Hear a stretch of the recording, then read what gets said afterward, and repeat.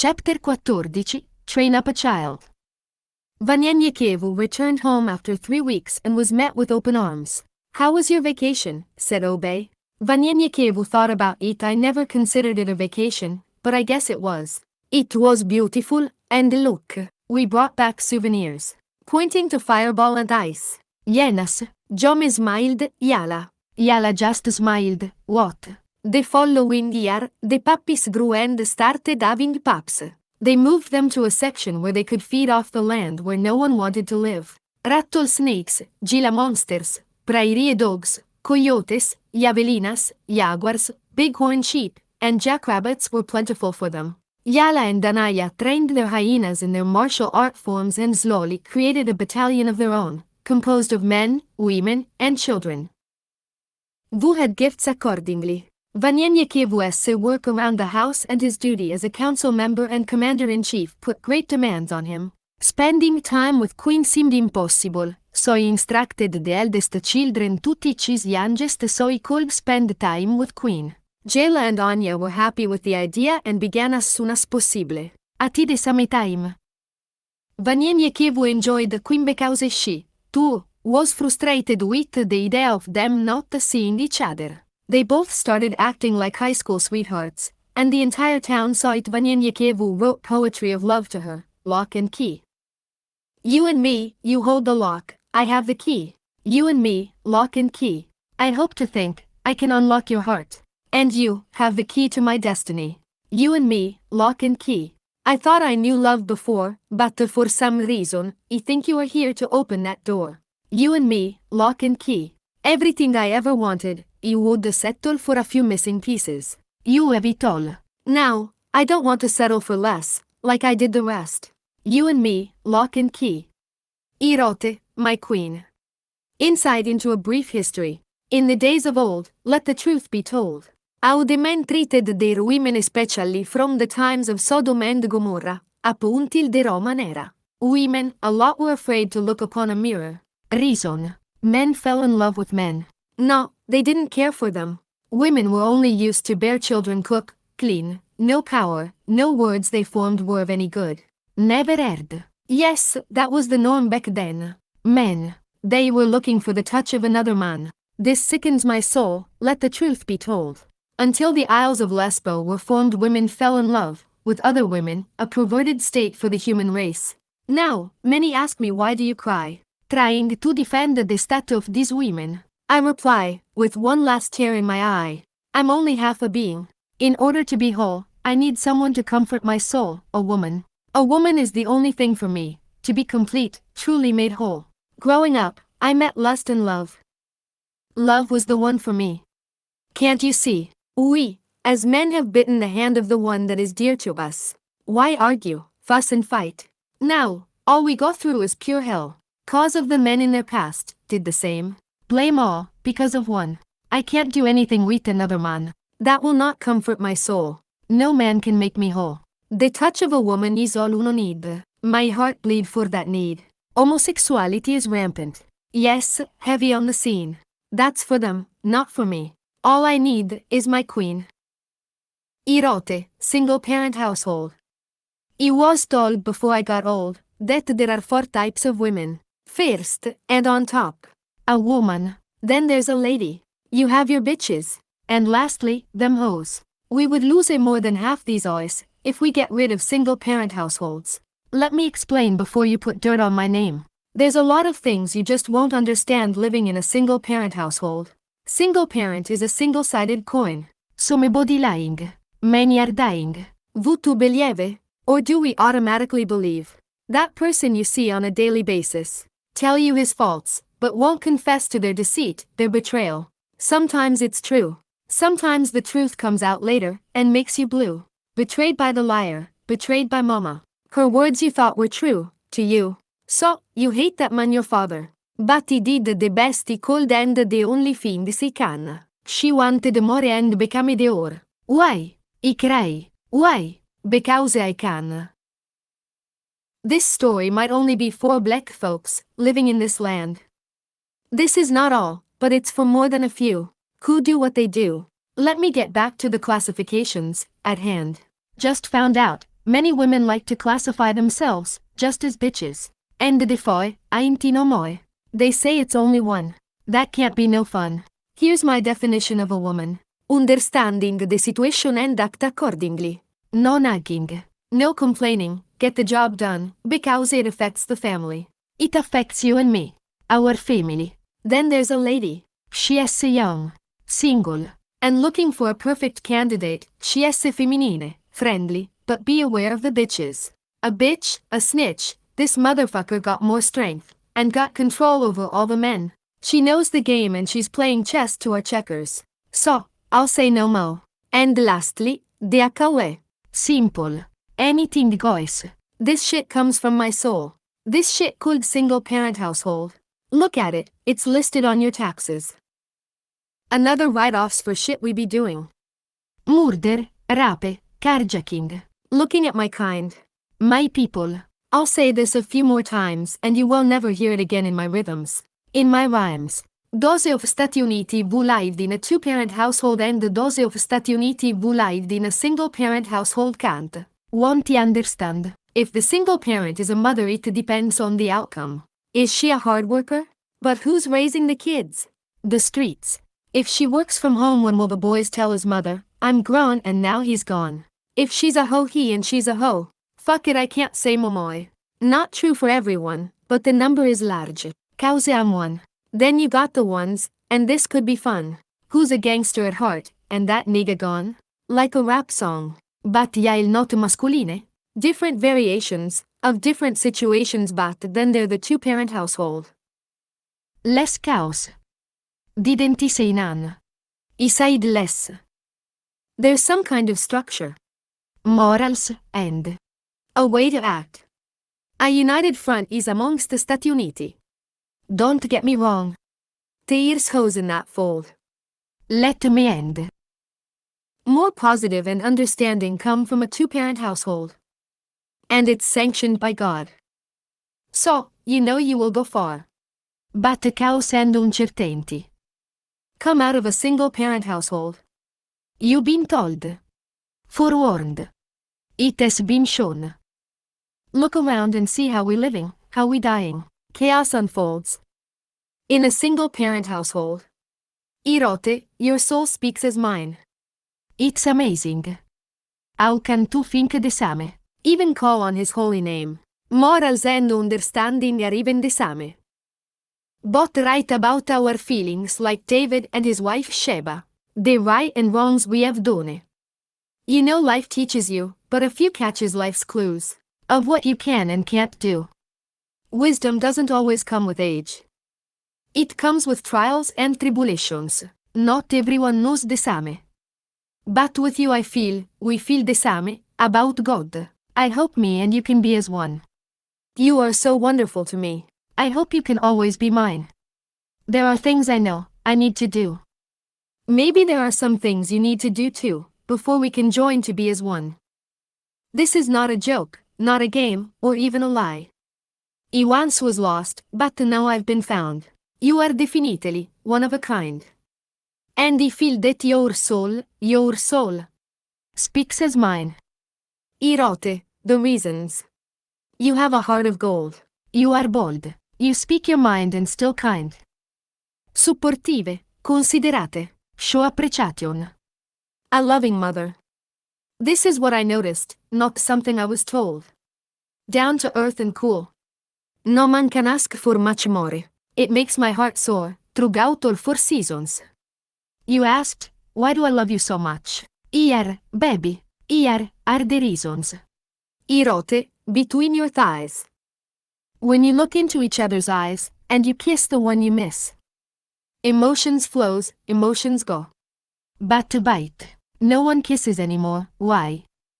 They just want to get between the thighs, and still don't look into each other's eyes. I cry. There's no surprise, what we all have between our thighs. It's a work of art, invented by God, for God. Not to hurt, and do dirt. Many of Stati Uniti. We act as if it's a sin to love. Be in love, make love, share our love. True. There are some who abuse the word love. I myself can't abuse it, can't misuse it. But in the long run, they were hurt by love, but their love just might have been lost. Why? For their selfish needs.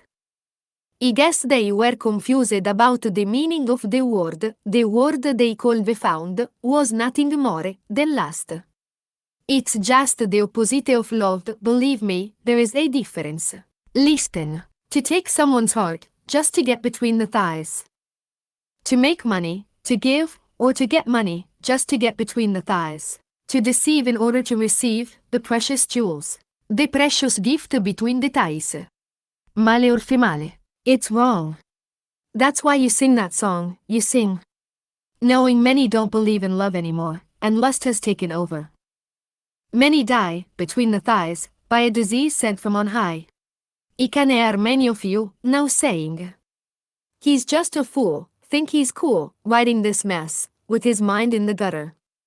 You're wrong, art is just that. Art and love is just that. Love. It's you perceive that particular piece of artwork. What is lovely to others is trash to another. The same token is taken between the ties. Question. What if there was nothing between the ties? What would be your course of action? Reaction to one another. I'll wait for your reply. And he also wrote, African Queen. Moonly ties. German chocolate skin. Lips of an African queen. This is no lie. Your beauty just might be a scene. Better yet, the most perfect thing I've ever seen. Yes, the perfect blend. Hard, but gentle. Man, but kind. How I feel so comfortable when you're on my mind. So relaxing, so smooth, like a raindrop falling on the morning dew.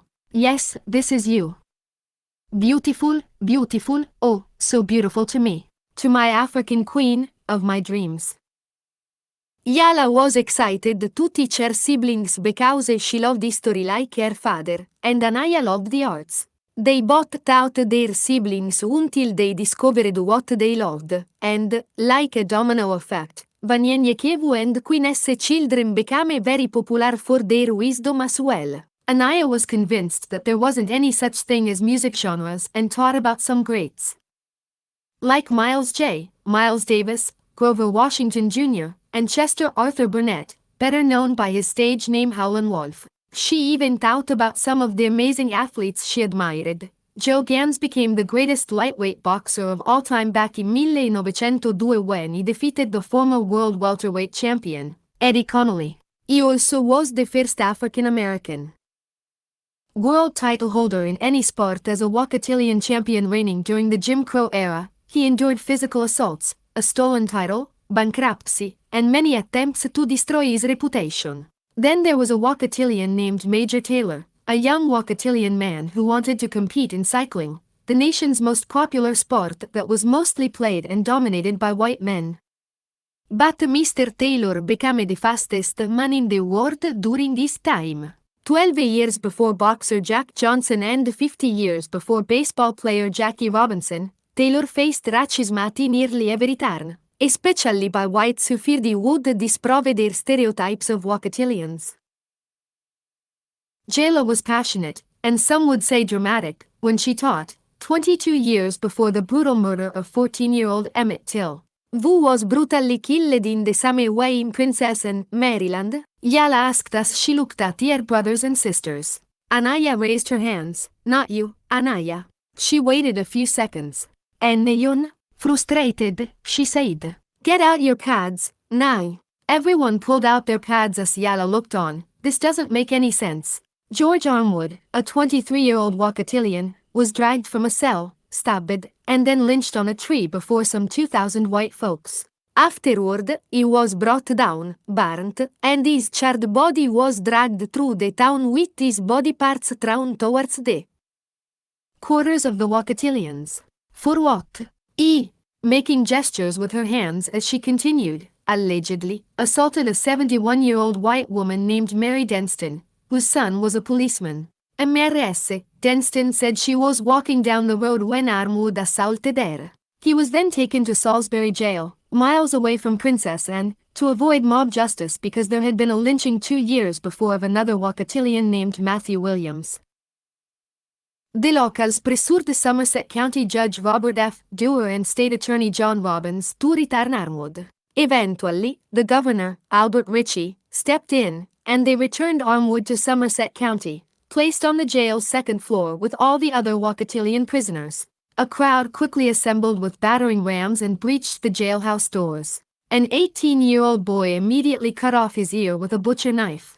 The growing mob beat Armwood nearly to death, dragged him to a tree, and hanged him.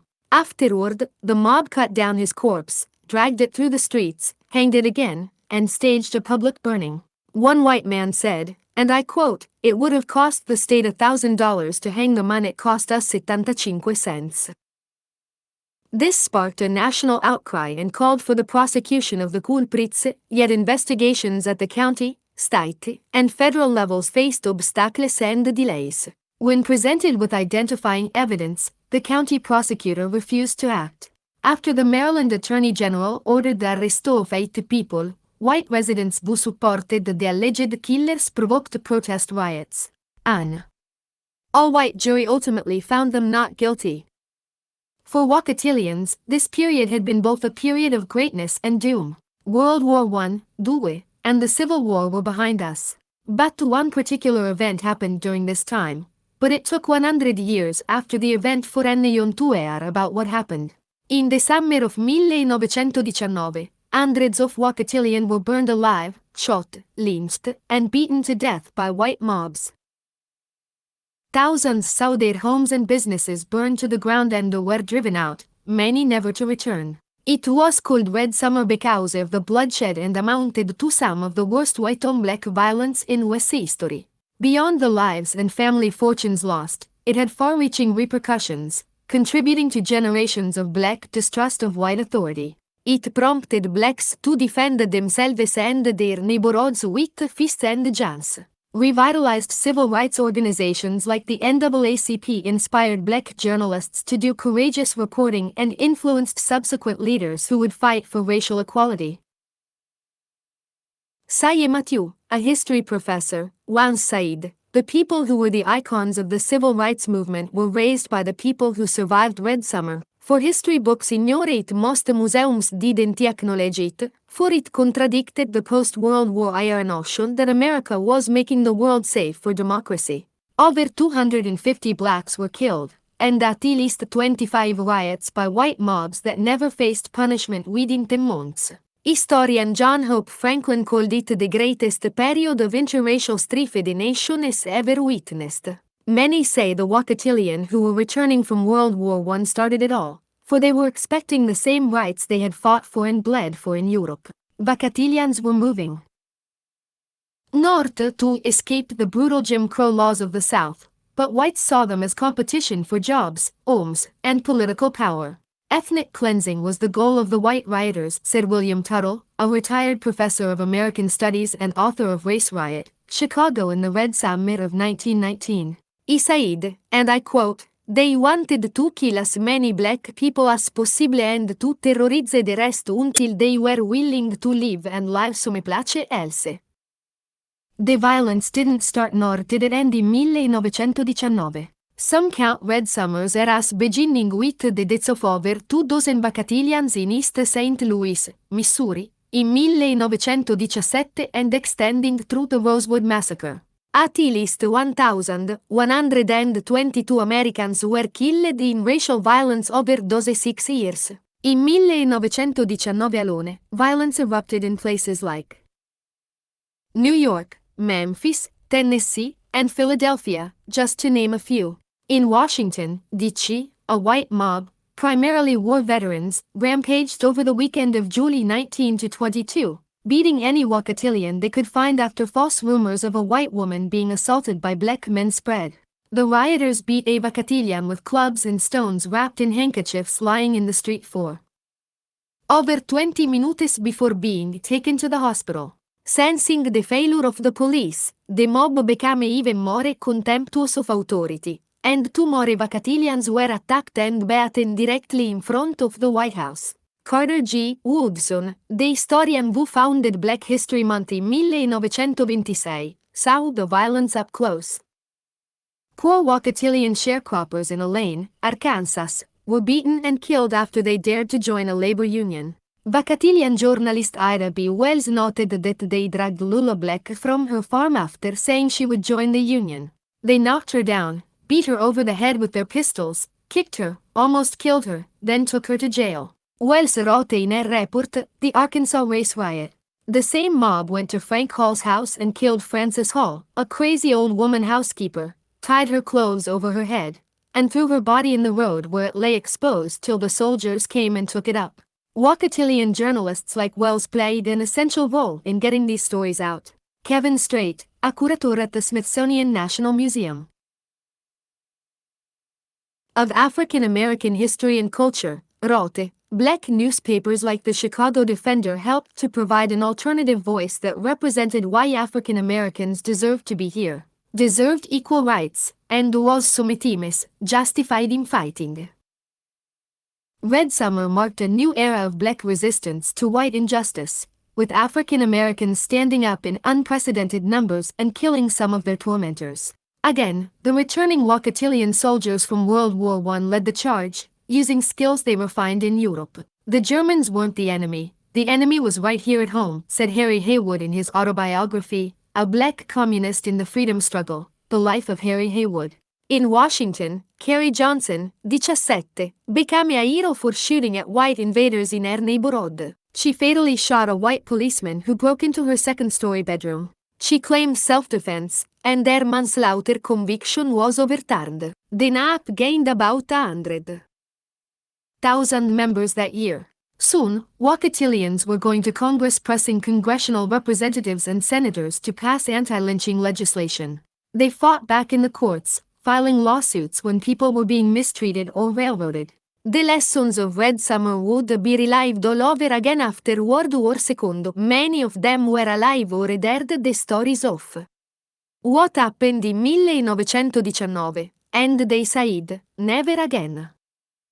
Jayla got mad at a Buxigan for he didn't seem interested in anything she said as he stared into space. She shouted, Little boy, tell me something you have learned with your nappy-headed self.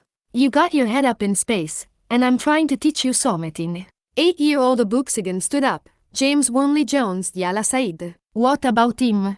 Abuxigan backed his eyes and shook his head. Hello, the first black special agent for the FBI in 1919. He was a cop in Washington, D.C. But he left to join the army during World War I, where he was trained as an officer and assigned as the captain of Company F of the 368 17 Infantry, 92 ND Division with his brother. Company F of the 368 17 Infantry, 92 ND Division, was one of many segregated Vacatilian forces in the army. They were sent to Europe and fought in France, near the Belgium and German borders. After the war ended, Jones returned to Washington, D.C. and was promoted as an FBI special agent assigned to the General Intelligence Division, created in response to terrorist bombings. No one knew anything about him, not even other Wakatillian FBI agents, until 100 years later, in 2019. Hundreds of Wakatillian special agents have followed in his footsteps, including the first female Wakatillian, Sylvia Matis, who joined the special agent ranks in 1976. In February 2019, the FBI honored Jones and the countless others that followed him in their pursuit to serve the American people as FBI special agents. The agency launched a year-long initiative to commemorate the 100-year history of Wakatillian special agents' service to the FBI and the United States through a coordinated campaign called Our History, Our Service. Abuxigan paused. About Olaudaiquiano, also known as Gustavus Bassa, who was an African in London, a freed slave, who supported the British movement to end the slave trade. Yala stopped him. You proved your point, you may sit down. Abuxigan shook his head. No, you are always talking about I don't listen. The word nigger actually began as a sacred word in Africa, picked up by the Portuguese during the beginning of the slave trade on the banks of the sacred river, Niger. They couldn't pronounce the word in their native tongue, so they corrupted it to Nigeria, from which we get the word nigger, which means Black Light of God, and Nigel, a common British name, means black god because black humans were believed to be the epitome of the divine before the slave trade. Because before the 15th-17th century, all images of all gods or God himself were black. All of this is documented. Black, not because of politics but because a dark pigment from melanin, the molecule that protects from solar rays and produces dark skin, is vital in a world that lives by the sun. And I'm tired of y'all calling me, little boy. Anaya said to him, Oz, the youngest in the family? Abuksigun Said. Meh. Jayla said, Are you a girl or a boy? Abuksigun said, A boy. Yala and Anaya said together, Lil boy, as Yala continued, Now, sit down, lil boy. Vanyenyekevu children grew and enjoyed their particular subjects and taught in schools within the communities. Pilais fell in love with the sciences, Kamutsu enjoyed engineering, Mazuda with mathematics, and Shabaka with music like Anaya. Tenesu enjoyed animals like Jayla, Medjay with medical and health, and Abuksigan was nonchalant about everything. He was not interested in any particular subject and just went to school because he was told. Vanyenyekevu was concerned about what his teachers were saying and some of the comments he heard about Abuksigun not being interested in some of his class. One day, Vanyenyekevu spoke to Abuksigun. Son, why are you not taking part in class and learning what they require of you? Abuksigun da. Familiar look, but Vanyenyekevu couldn't place it. Abuksigun said, I learn like a sponge, and after I learn, I store it for later. No need to get excited to learn, for if it's the truth, I don't need to remember it. It will appear when I need it. Vanyenyekevu scratches his head. Okay, like what? Abuksigun said. My mind is blank until you ask me. Vanyenyekevu said, tell me something. About African history. Abuksigun, with a straight face, Dr. David Imhotep, who was the first person in the world to hold a PhD in ancient African ancestry. In his book The First Americans Were Africans, Dr. Imhotep rewrites Orthodox history after examining the scientific and geological evidence. He determined that the people of African descent were in America before the Vikings, or the lies about Columbus. He said that all humans originated from the continent of Africa. Historian Ivan van Sertima's book The Came Before Columbus examines navigation, shipbuilding, and cultural analogies between Native Americans and Africans. The transportation of plants, animals, and textiles between the continents, and the explorers' diaries, journals, and oral accounts support the claim of an African presence in the New World centuries before Christopher Columbus arrived. In these books, they discuss the launching of the great ships of Mali in 1310 with 200 master boats and 200 supply boats. The sea expedition of the Mandingo King in 1311. Vanyenyekevu smiled. Okay, I am convinced. As Vanyenyekevu walked away, he tried to think of who Abuksigun reminded him of. He smiled and said aloud, Yael. Turning to Abuksigun, he said, Do you know of Yael? Abuksigun said, Never heard the name. What did he do? Vanyenyekevu smiled. No, he is not in history per se. He is someone I know but haven't seen in a long time. You remind me of him. While he was talking to Abuksigun, Aldib called Vanyenyekevu. Vanyenyekevu asked Abuksigun if he wanted to go, and they both took a trip to the Research and Development Center. Aldib talks to Vanyenyekevu about some problems as Abuksigun walks off and views the systematics. You used pi as 3.14, if you use 39 digits. 3.141592653589793238446. Aldib said, 3 is enough, but Abuksigun kept talking. 26433827950288420. Instead of the 3 digits, you will come closer, and the errors lie there. The entire number will fix this problem that a small fractional part means a lot. Then recheck your calculations for the resonance and capacitance. Aldib looked at Vanyenyekevu. Easy. What is the word? Oh, savant or clairvoyant, or something like that. Vanyenyekevu smiled. He's smarter than the average bear. Aldib scratched his head. Well, I'll try that and see, and believe me, I'll get back to you. You're not the first person who has shocked me. Looking at Vanyekevu. 9 years had passed, and the entire territory had tripled, almost quadrupled, in size. Queen had her last child, a boy, Vanyekevu, named Ntwadumela. Many people had married and were having children. The two who lived as spies, Jaime and Kenji, who lived in El Paso, Texas, were enlightened, given land, and told to rest in peace for 2 years before being placed in a battalion. Kenji had the gift of self-healing and was placed with Daniela's regiment, and Jaime had the gift of speed and was placed with Quase's regiment.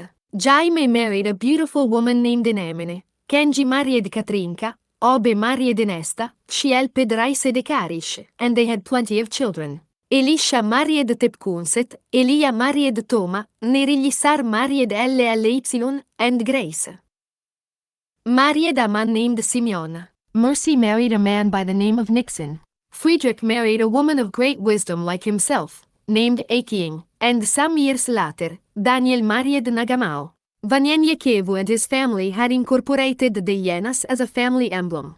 They became a part of the infantry and a typical species in the area. All welcomed them as pets and guards. Some lived in the wild. Training never ceased. Enlightenment flourished. Fasting and prayer were routine as the people lived in peace and harmony. Years passed, and one night as Vanyekevu was sleeping, he saw himself in the desert on top of Rincon's mountain to the east. Mletsi appeared to him. Long time, my friend, said Vanyekevu. Mletsi smiled. Time, I do not know of time. But what is here is beautiful in the eyes of Sabaoth. Vanyekevu said, I know, but it's been a long time to me. At least 25 years, Sabaoth has blessed me with a beautiful family. He smiled as he continued, and has also blessed me with Yael's twin, my son, Abuksigun. Mletsi looked at Vanyekevu. It is true Abuksigun that Sabaoth will bring these blessings and his promise, but you must send him away, along with Ntwadumela, to Louisiana, for his promise will be fulfilled.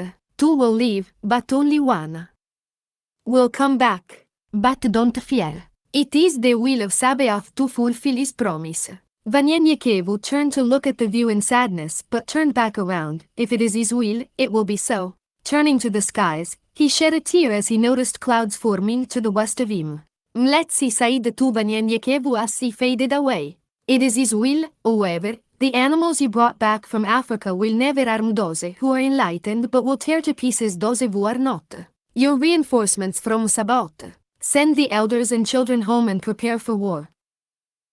Vanyekevu looked at the skies, saw the clouds getting darker and darker, and said to himself, a storm is coming. He saw what looked like a man walking towards him, a tiny dot at first, but the closer he got to Vanyekevu, he grew bigger and taller as the surrounding clouds grew darker, and thunder and lightning grew stronger and louder. A heavily muscular man walks towards him and slowly transforms into a hulk of a man, and his skin peels off, and blood drips and pours as he gets taller, turning into a hideous creature.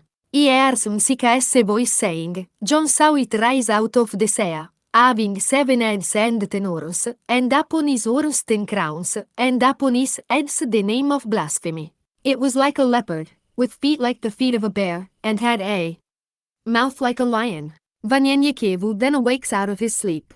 Looking at the time, Vanyekevu realized that he had only slept for less than 5 minutes, slightly shaking Queen, baby, it's time. On the stand next to him was a picture of his family that was taken recently. Look at my family, Sabaoth has blessed me, and I don't know what will come of them. Looking up toward the ceiling. Bless them, Lord, as you bless me, forgive them like you forgave me and keep them in your will as you kept me. Taking the picture out of the frame, Yala and Danaya are now 24 years old, Pilis is now 23 years old, Kamutsu is 22, Masuda and Shabak are 20, Tanesu is 18, Med J is 17, Abuksigun is 14 and Ntwadumela is 10. Vanyekevu calls out, my queen. He rubs the picture and repeats it, my queen. Awaken, rubbing her eyes, she hears him call her name. Yes. Vanyekevu wipes the tears from his eyes. Baby, it's time. We must send all the elders and 12 under 15 to my hometown until the war ends. Queen woke up. War. Vanyenyekevu shook his head. I just saw a vision, and Mletsi said we have to send the elders to Louisiana, but one of our sons will not return because Sabaoth has a job for him. Whether or not we see him again, he didn't say, and I didn't ask because he must do Sabaoth's will. Vanyenyekevu stood up and got dressed, poured himself a shot of liquor as he walked over to his desk. He took a seat and wrote as the words flowed through different emotions that captivated him. He wrote, Louisiana. Not this shit again. Tossing and turning in my bed, with this junk dancing in my head. This mess that just left, they could have kept. What the hell is going on, onorevole? Okay, listen. Louisiana. Top capital of the infamous slave trade, the place where music comes from. Yes, soul, gospel, rhythm and blues came from us. Why? The slave trades. The slave trade was from Africa, to the Caribbean, to Louisiana, then back to Africa. An endless cycle, within a triangle. That is why Louisiana is rich in culture. That is why the French, Native Americans, and modern-day Louisianans have so much in common. After the chaos, we were left with the Cajun and Creole down south, and Native Americans up north. Natchez and Choctaws. However, many left the south throughout those 400 years, since our has been here in this land of the so-called free. Moving up north and various places before, during, and after slavery. Now, the people up north wanna call Stati Uniti slow. Got Big Mama sitting on the couch. She is from the south, she is from Louisiana. But now she's in New York, Detroit, California. Food, don't get me started. Jambalaya, beignets, po' boy and much more. Oh, what about gumbo? We're so famous for food, I bet we invented the two-piece combo. He laughed and thought for a minute. While looking down at his words, he wrote, upset. Upset. Done so much. Again, been so many plus. Seen so many faces don't match. Thought the wisdom I had wasn't much. Wasn't it good enough? The pain received was ignored. Had no value. Foolish thinking. Saying. Why take from those who don't have much? Take from those who have a criminal mind. Started to shine. Before understanding opened my mind. Then he realized. He was depressed. Stressed. Upset. He wrote the night before. This is a reminder for me to read. So, I won't forget how I went through a lot of bullshit that was poured onto me, trying to reach a goal. Finding out who was friend, who was foe. Right now, I don't think iffy of anymore. But when I read this 10, 20, 30 years from now, I will know. Searching, listening, the night before. The word has kept me this far, but it's still hard, feeling like Daniel in the lion's den, wondering if God has forgiven me for all my sins. The night before. It seems as if people get mad, even sad, to see someone make it to the top. Reach a dream. It seems like they don't believe in hope, but how many do believe in dope? He's seen it all, the night before. If they can't see it, they say it's not there.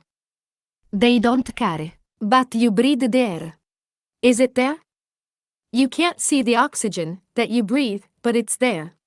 You say that's different. I say it's the same. You don't believe in God, but He has opened my heart, my mind, my soul. The night before. All my life, I tried to do the right thing.